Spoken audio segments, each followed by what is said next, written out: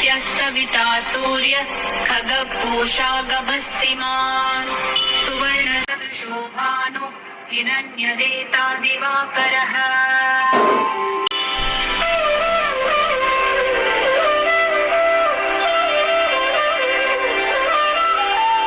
हरिदश्वः सहस्रार्चिः सप्तसप्तिर्मरीचिमान् तिमिरोन्मन्थन शम्भुस्त्वष्टा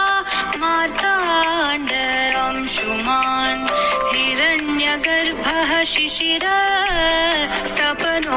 भास्करो रविः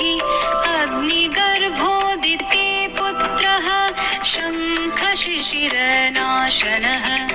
व्योमना